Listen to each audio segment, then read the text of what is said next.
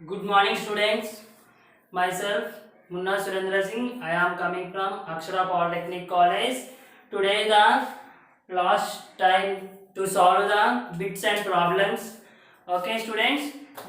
In this chapter means the refraction of light by plane surfaces. సమతల ఉపరితలాల వద్ద కాంతి వక్రీభవనం. ఓకేనా, దాంట్లో నుంచి ప్రీవియస్ ఇయర్ కొన్ని బిట్స్ తీసుకొని చెప్పడం జరుగుతుంది. చూడండి, ఇలా డయాగ్రామ్ అనేది వాడు ఇచ్చాడు. ఓకేనా, డయాగ్రామ్ చూసి పై పటంలో పతన కోణం ఎంత? ఓకేనా, what is the angle of incidence? ఇక్కడ యాంగిల్ ఆఫ్ ఇన్సిడెన్స్ ఎంత? ఆప్షన్స్ కూడా ఇచ్చాడు.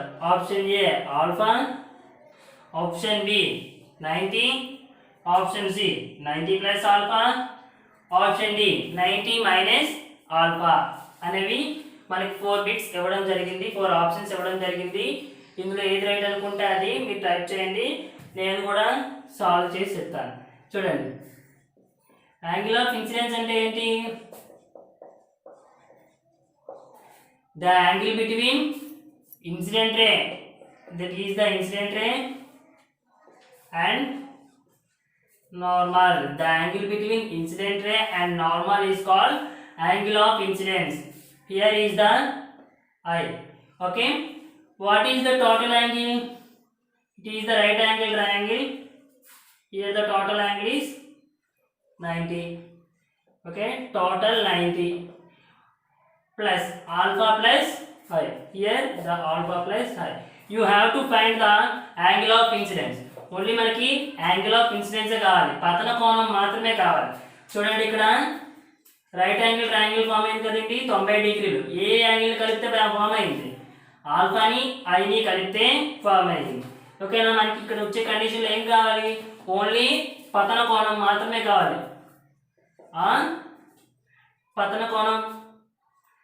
ఓకే ఓకే, మీ ఆప్షన్ ఏదైతే కామెంట్ బాక్స్లో టైప్ చేయండి. 90 is equals to alpha plus I. మనకి యాంగిల్ ఆఫ్ ఇన్సిడెన్స్ ఐ మాత్రమే కావాలి కాబట్టి ఈ ఆల్ఫాని ఎవరితో తీసుకొని వచ్చేయండి.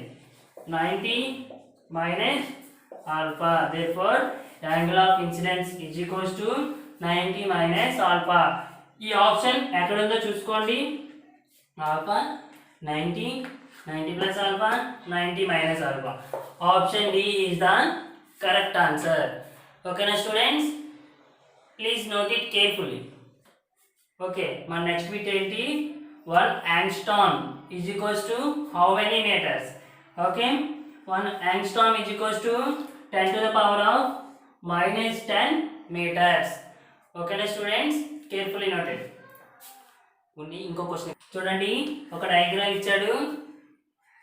ఇందులోంచి ఈ డయాగ్రామ్ చూసి the angle of refraction in the above figure, పక్కన ఇచ్చిన ఫిగర్ని చూసి యాంగిల్ ఆఫ్ రిఫ్రాక్షన్ ని చెప్పండి అని అన్నాడు. పై పట్టణం నుండి వక్రీభవన కోణం ఎంత? ఓకేనా, వక్రీభవన కోణం ఎంత? ఓకేనా, చూడండి, వక్రీభవన కోణం అంటే refraction, angle of refraction. It is the incident ray, it is the refracted ray. వక్రీభవన కిరణము, పతన కిరణము. ఓకేనా, ఇక్కడ మనకి ఏం అడిగాడు? Angle of refraction. The angle between refracted ray and normal line. This is the normal line. The angle between refracted ray and normal line is called angle of refraction. Here the angle of refraction is 40 degrees. Okay, that is the answer. What is the angle of refraction? Here the angle of refraction is 40 degrees. It is the direct beam. చూడగానే మనకి ఈజీగా చెప్పేయచ్చు, but కొంచెం logical వాడాలి. 50 ఇచ్చాడు కదా, అదే ఎక్కువ ఉంది కదా అని అది రిఫ్రాక్టెడ్ యాంగిల్ అయితే మాత్రం కాదు. ఓకేనా స్టూడెంట్స్, ఇలాంటి బిట్స్ మీరు ఈజీగా ఒకసారి 30 seconds కూడా పట్టదన్నమాట బిట్ చదివి ఆన్సర్ రాయడానికి. ఓకేనా, ప్లీజ్ నోట్ ఇట్. గేమ్స్ అనేవి ఏమిటి చెప్పలేదు ఇక్కడ ఈ కేసులో. ఓకేనా, ఏం చేశాడు? ఒక రే డయాగ్రామ్ని మనకి ఇచ్చాడు. ఓకేనా, చూడండి, ఇది నార్మల్, ఏబి అనేది ఇంటర్ఫేస్. ఇంటర్ఫేస్ అంటే రెండు మీడియంలు కలిసే ఫేజ్ని ఏమంటాం? ఇంటర్ఫేస్. ఓకేనా? ఏమడిగాడు? Medium of above the interface ఏది? మనకి ఏమడిగాడు? ఈ ఇంటర్ఫేస్కి అబోవ్ అంటే పైన ఉన్న వెనకమేది? ఓకేనా? పైన ఉన్న తలమేది? ఓకేనా? దీన్ని బట్టి మనం ఏం చేయాలంటే మీకు చెప్పిన రెండు కేసెస్ ఇక్కడ బాగా ఉపయోగపడతాయి ఈ దానికి నెక్స్ట్ బిట్ కూడా. ఏమవుతుంది చూడండి. First case, when a light ray travels from rarer medium to denser medium. Rarer నుంచి అంటే పైన రేరర్ తీసుకొని కింద డెన్సర్ తీసుకుంటే టువర్డ్స్ నార్మల్ అంటే నార్మల్కి దగ్గరగా బెండ్ అవ్వాలి. బట్ ఈ కేసులో ఏమైంది? దూరంగా బెండ్ అయింది. Light ray travels from denser medium to rarer medium away from the normal. పైన ఉన్న లేయర్ ఏమనుకుంటాం? Denser medium. కింద ఉన్నది రేరర్ మీడియం. అయినప్పుడు ఏమవుతుంది? The light ray travels away from the normal. మీరు ఇలా చూడగానే నార్మల్కి దూరంగా ఉంది అనిపించిందంటే ఏంటి? లైట్ రే అనేది ఎప్పుడు డెన్సర్ మీడియంలోంచి ప్రవహించినప్పుడు మాత్రమే నార్మల్కి దూరంగా బెండ్ అవుతుంది, లంబానికి దూరంగా బెండ్ అవుతుంది. అదే డెన్సర్ మీడియం నుంచి అంటే రేరర్ మీడియం నుంచి డెన్సర్ మీడియంకి వెళ్ళాలంటే దగ్గరగా బెండ్ అవుతుంది. ఇలాంటి కేసులు మీరు బాగా గుర్తుంచుకోవచ్చు. ఈ కేసులో ఏం జరిగింది? Denser medium to rarer medium రావడం వల్ల the light ray bends away from the normal. నార్మల్కి దూరంగా బెండ్ అయింది. అంటే పైన తలం ఏంటి? పైన వెనకం ఏంటి? పైన వెనకాన్ని డెన్సర్ మీడియం. ఓకేనా? వెనకం. ఓకేనా? Denser medium. ఓకేనా? ఇక్కడ ఆప్షన్ ఏంటి ఇచ్చాడు? Option B is the correct answer. Okay please. ఇక్కడ సేమ్ ఇందాకలాగే ఒక రే డయాగ్రామ్ ఇచ్చాడు. ఏబికి పై ఉన్న ఇంటర్ఫేస్ చూడండి. The medium of the above the interface.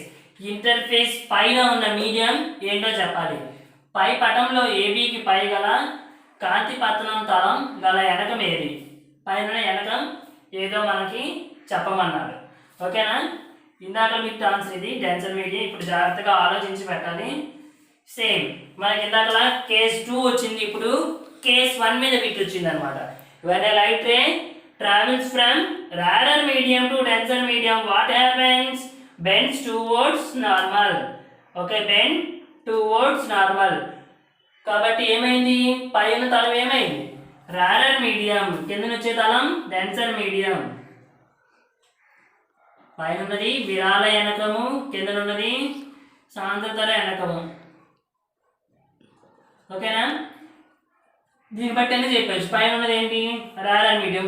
లేదంటే నాకు ఇప్పుడే ఒక స్ట్రైక్ అయింది ఏంటంటే, ఇది జాగ్రత్తగా చూడండి. యాంగిల్ ఆఫ్ ఇన్సిడెన్స్ ఇక్కడ ఉండేది. ఎక్కడైతే పతన కిరణం ఉందో అక్కడ యాంగిల్ ఆఫ్ ఇన్సిడెన్స్, ఇక్కడ యాంగిల్ ఆఫ్ రిఫ్రాక్షన్. ఇందాక కేసులో కూడా చూడండి. ఓకే,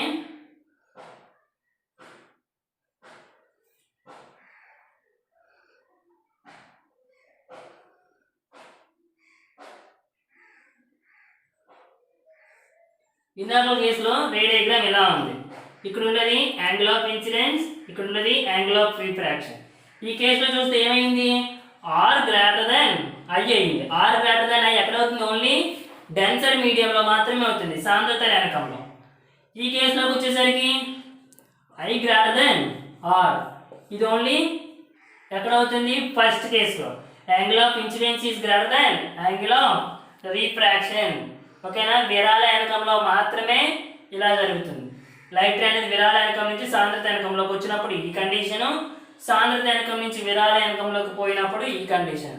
అంటే డెన్సర్ మీడియం నుంచి రారర్ మీడియంకి వెళ్ళినప్పుడు ఈ కండిషన్ వాడతాం, అండ్ రారర్ మీడియం నుంచి డెన్సర్ మీడియంకి వెళ్ళినప్పుడు ఈ కండిషన్ వాడతాం. మీరు ఈజీగా స్ట్రైక్ చేయాలంటే యాంగిల్ చూసుకుంటే డిఫరెన్స్ కనబడుతుంది కాబట్టి ఆన్సర్ని ఈజీగా ఐడెంటిఫై చేయొచ్చు. ఓకేనా? లైట్ ఇన్ వాక్యూమ్ అంటే 3 × 10⁸ meter per second. None of this కాదు. డెన్సర్ మీడియంలో ఏమైంది? ఇది i greater than r, here r greater than i. ఈ రెండు కేసులు అంటే ఇచ్చిన డయాగ్రామ్లో మీరు ఆర్ని ఐని కనుక జాగ్రత్తగా చూసుకున్నట్టయితే మీకు ఈజీగా ఆన్సర్ అనేది స్ట్రైక్ అయిపోతుంది. ఓకేనా స్టూడెంట్స్? మోస్ట్ ఇంపార్టెంట్ ఈ కేసెస్ అంటే ఇలా చూసుకుంటే డయాగ్రామ్లోని ఇలాగైనా ఆన్సర్ని మనం ఈజీగా టిక్ పెట్టేయచ్చు. ఓకేనా, ప్లీజ్ నోట్ ఇట్. ఓకేనా, ఇక్కడ చూడండి మనకి N1 అంటే refract index of first medium. ఓకేనా, N2 refract index of second medium. N1 value N2 విలువలు ఆడే ఇచ్చేసాడు. మనల్ని ఏం ఫైండ్ అవుట్ చేయమన్నాడు? రిలేటివ్ రిఫ్రాక్టివ్ ఇండెక్స్ని ఫైండ్ అవుట్ చేయమన్నాడు. చూడండి N21 ఉన్నదంటే ఏం చెప్తాను, అక్కడ ఏదైతే ముందు నెంబర్ ఉందో ఆ నెంబర్ని ముందు రాసుకోవాలి. N2/N1. హియర్ N2 ఎంత ఉంది? 1.4. N1 is 2.8. పాయింట్స్ తీసి డైరెక్ట్గా రాసుకోవాలి. ఓకేనా, ఇంటూ 10తో మల్టిప్లై చేశాను both sides. 14/28. 14 table 14 1 14 2 1/2 or nearly equal to 0.5 is the answer. ఓకేనా, అర్థమైంది కదండి. N1 అనేది ఒక రిఫ్రాక్టివ్ ఇండెక్స్ 2.8 ఇచ్చాడు, N2 అనేది 1.4 ఇచ్చాడు. మనకి ఏం ఫైండ్ అవుట్ చేయమన్నాడు? Relative refractive index. N21 N2/N1. N2 విలువ ఎంత ఉంది? 1.4. N1 value 2.8. రెండింటికి 10తో మల్టిప్లై చేశాను, ఏమైంది? నార్మల్ ఫ్రాక్షన్లోకి మారిపోయింది. అప్పుడు క్యాన్సిలేషన్ చేసుకున్నాను, 1/2 వచ్చింది. (0.5). Next some, same model. ఏం చేశాడు ఇక్కడ? N1 value N2 value same అదే ఉంది, కానీ N21 బదులుగా N12 ఇచ్చాడు. దీనికి కూడా మీకు ఫార్ములా ఇచ్చాడు. ఏదైతే ముందు ఉందో అది ముందు రాసుకోవాలి. N1/N2. N1 విలువ ఎంత ఉంది? 2.8/1.4. బోత్ సైడ్స్ 10తో మల్టిప్లై చేస్తే పాయింట్స్ అనేవి ఈజీగా రిమూవ్ అయిపోతాయి. నెక్స్ట్ మనం సమ్ని ఈజీగా సాల్వ్ చేయొచ్చు. 14 1 14 2. Answer is 2. Here answer is 2. Here answer is 0.5. Okay, note it fast. Next bit, కింది వాటిలో ఆపర్దర్శక పదార్థం ఏంటి? Which of the following is opaque one. Opaque one అంటే ఏంటంటే దేని గుండా లైట్ అనేది ట్రావెల్ అవ్వదు, దాన్ని ఏమంటాం? ఒపాక్యూ సబ్స్టెన్సెస్. ఓకేనా, కింద ఇచ్చిన ఆప్షన్స్లోని దేని గుండా లైట్ అనేది పాస్ కాదు అని అడిగాడు. గాజులో ఏమవుతుంది? లైట్ మనకి పాస్ అవుతుంది. మనం అన్నీ కూడా గాజు మీద కదా ఎక్స్పెరిమెంట్స్ చేసాం, పాస్ అవుతుంది. మరి గాలిలోకి మనకు ఉన్నదే గాలి, గాలిలోంచే లైట్ అనేది ఈజీగా ఎక్కువ ట్రావెల్ అవుతుంది. అని కూడా 3 × 10⁸ మీటర్/సెకండ్ అనుకున్నాం. నెక్స్ట్ నూనె తీసుకుంటే నూనెలో కూడా ఒక ఆయిల్ సబ్స్టెన్స్ ఏమవుతుంది? లైట్ అనేది ట్రావెల్ అవుతుంది. బట్ ఎయిర్తో పోల్చుకుంటే ఆయిల్లో కొంచెం స్లోగా ట్రావెల్ అవుతుంది. అంటే ఒక మీడియం నుంచి ఇంకో మీడియంలోకి లైట్ ప్రవహించినప్పుడు దాని తాలూకు వేగం అనేది తగ్గిపోవడం జరుగుతుంది. నెక్స్ట్ ఇంకో మిగిలిపోయింది ఏంటి? ఈ చెక్క అంటే వుడ్ ఉంది కదండి, దీంట్లోని లైట్ అనేది పాస్ అవ్వదు. కాబట్టి ఆన్సర్ దేనికి correct? Which of the following is ఒక ఒపాక్ వన్. దేంట్లో లైట్ పాస్ అవ్వదు? చెక్కలో మాత్రమే పాస్ అవ్వదు. Therefore answer is third one, చెక్క, వుడ్. ఓకేనా స్టూడెంట్స్, వుడ్లో మాత్రం అలాంటి లైట్ కూడా పాస్ కాదు. ఓకేనా, ప్లీజ్ నోట్ ఇట్. క్వశ్చన్ ఏంటి అడిగాడు? పరమ వక్రీభవన గుణకము, అబ్సల్యూట్ రిఫ్రాక్టివ్ ఇండెక్స్. మనం రిఫ్రాక్టివ్ ఇండెక్స్ గురించి నేర్చుకున్నాం. రిఫ్రాక్టివ్ ఇండెక్స్ అంటే ఏం నేర్చుకున్నాం? The ratio of speed of light in vacuum by speed of light in medium. Refractive index అనేది C/V. Speed of light in vacuum by speed of light in medium. Refractive index is also known as absolute refractive index. పరమ వక్రీభవనం అనేది ఏంటి? వక్రీభవనానికి పరమ వక్రీభవనం అని కూడా పిలవడం జరుగుతుంది. Refractive index నే absolute refractive index is also known as absolute refractive index. ఓకేనా, అబ్సల్యూట్ రిఫ్రాక్టివ్ ఇండెక్స్ అన్న రిఫ్రాక్టివ్ ఇండెక్స్ అన్న ఒకటే ఫార్ములా, n C/V. ఇక్కడ C/V ఏ ఆప్షన్లో ఉంది? Only one option is given, that option is only for B. Okay, B is the exactly correct answer. Please note it.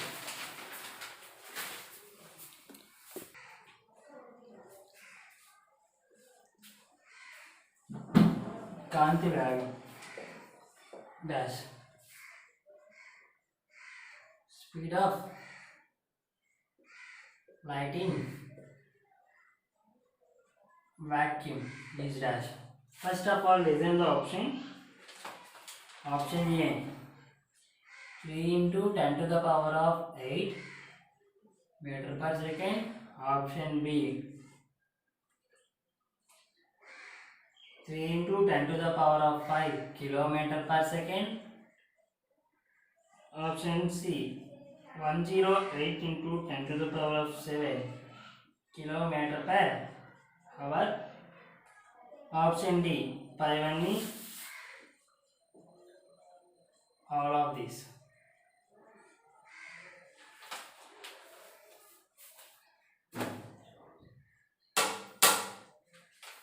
ఓకేనా? చూడండి, శూన్యంలో కాంతి యొక్క వేగం ఎంత, speed of light in vacuum. మనకి ఇక్కడ ఆప్షన్ జాగ్రత్తగా చదవాలి.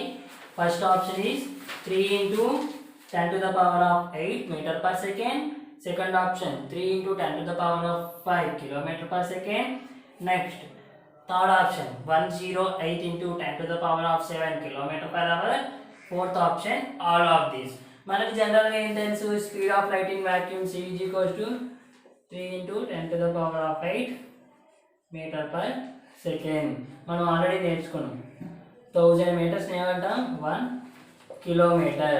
ఓకేనా? పైన ఏదైనా ఏం చేస్తాం, 3 into 10 to the power of 5 into 1000 కింద రాసుకున్నాను. అంటే 10 to the power of 5 into 10 to the power of 3 meter per second. 1000 meters ఏం రాసుకోవచ్చు, 1 kilometer. 10 to the power of 5 kilometer per second. ఓకేనా? అంటే మనకి ఇచ్చిన ఆప్షన్స్లో ఇదొకటి రైట్ ఉంది అండ్ ఇదొకటి రైట్ ఉంది. ఇంకోటి ఏముంది, ఇది కిలోమీటర్ పర్ అవర్లో ఉంది. ఆ అవర్ కూడా ఎలా కన్వర్ట్ చేయొచ్చు చూడండి. 1 hour అయితే ఎన్ని seconds, 1 hourకి 60 minutes. 60 into 60 seconds, total 3600 seconds. 1 hourకి ఎన్ని సెకండ్స్, 3600 seconds. బట్ మనకి 1 సెకండ్కి ఎన్ని అవర్స్ వస్తుంది చూడండి. దీన్ని బట్టే 3600కి 1 hour ఉంది. 1 సెకండ్కి కావాలంటే ఏం చేస్తామంటే 3600ని అవతల పట్టుకొని వెళ్ళిపోండి. 1/3600 అవర్. ఓకేనా?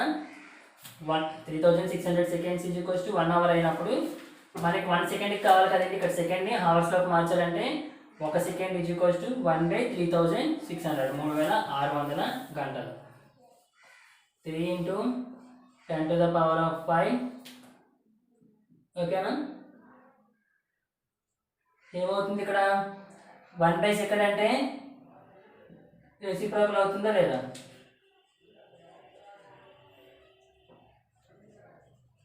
Kilometre per hour. Okay, reciprocal అవుతుంది. ఎందుకు, ఈ అవర్లో 1/3600 అది న్యూమరేటర్ పార్ట్లోకి వెళ్ళిపోతుంది. న్యూమరేటర్ పార్ట్లోకి వెళ్ళిపోయినప్పుడు ఇంటూ అవుతుంది. ఓకేనా? ఇక్కడ డినామినేటర్లో ఉండేది న్యూమరేటర్లోకి వెళ్ళిపోతే మల్టిప్లికేషన్ అవుతుంది. ఇప్పుడు మల్టిప్లై చేయాలి. 3 into 36 into 10 to the power of 7. Okay, 3 6 are 18, 8, 1, 3 3s are 9, 1, 10. 108 into 10 to the power of 7 kilometer per hour. Okay, speed of light ఎంత అయింది, 108 into 10 to the power of 7 kilometer per hour.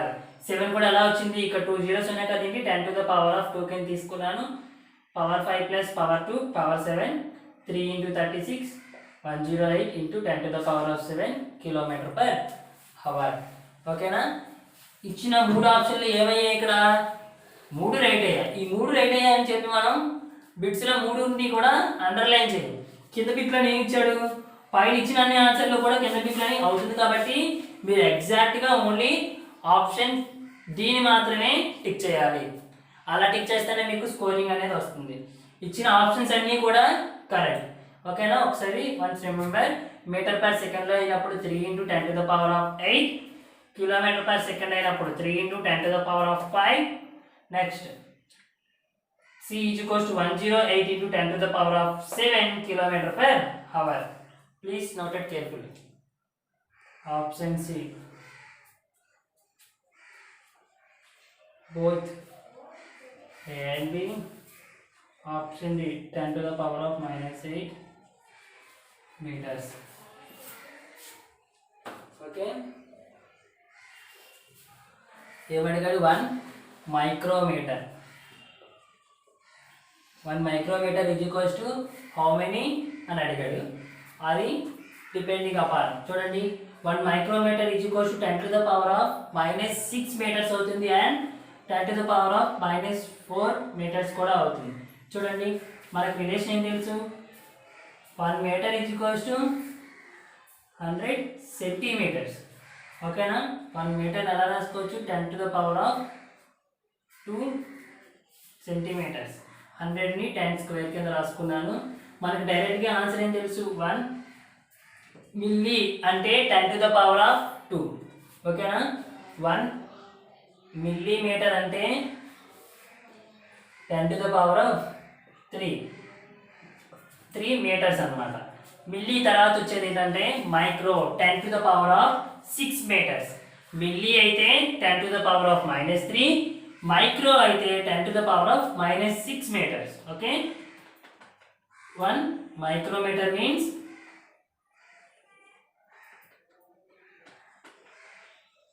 1 micrometer is equals to 10 to the power of -6 meters.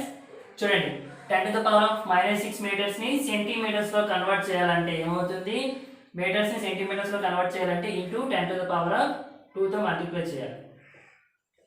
ఓకేనా metres ని centimetre లో convert చేయాలంటే 10 to the power of 2 తో multiply చేయాలి. ఇక్కడ చూడండి 10 to the power of -6 ఇక్కడ +2 ఏమవుతుంది -6 +2 చేస్తే -4 10 to the power of -4 centimeters. Therefore option is C is correct, both A and B. Okay 1 micrometer means 10 to the power of -6 meters. Okay and 10 to the power of -4 centimeters. Option C is the correct answer. Okay na next micrometer బదులుగా 1 millimeter అడిగాడు అనుకోండి 1 millimeter is equals to how many meters 10 to the power of -3 meters. Okay these also converted into centimeters 10 to the power of -3 into 10 to the power of 2 ఏమవుతుంది 10 to the power of -1 centimeters. 1 millimeter is equals to 10 to the power of -3 meters. 1 millimeter is equals to 10 to the power of -1 centimeter. Okay please note it carefully. చూడండి only ఒక basic concept తీసుకున్నాను. Here 10 power 0 is 1 and 10 cube is kilo, 10 power 6 is mega and 10 power 9 is giga. Okay 10 to the power of 6 mega, 10 to the power of 9 giga, 10 to the power of 3 kilo. Okay 10 to the power of 3 means 1000. Here 10 to the power of 6 means lakh.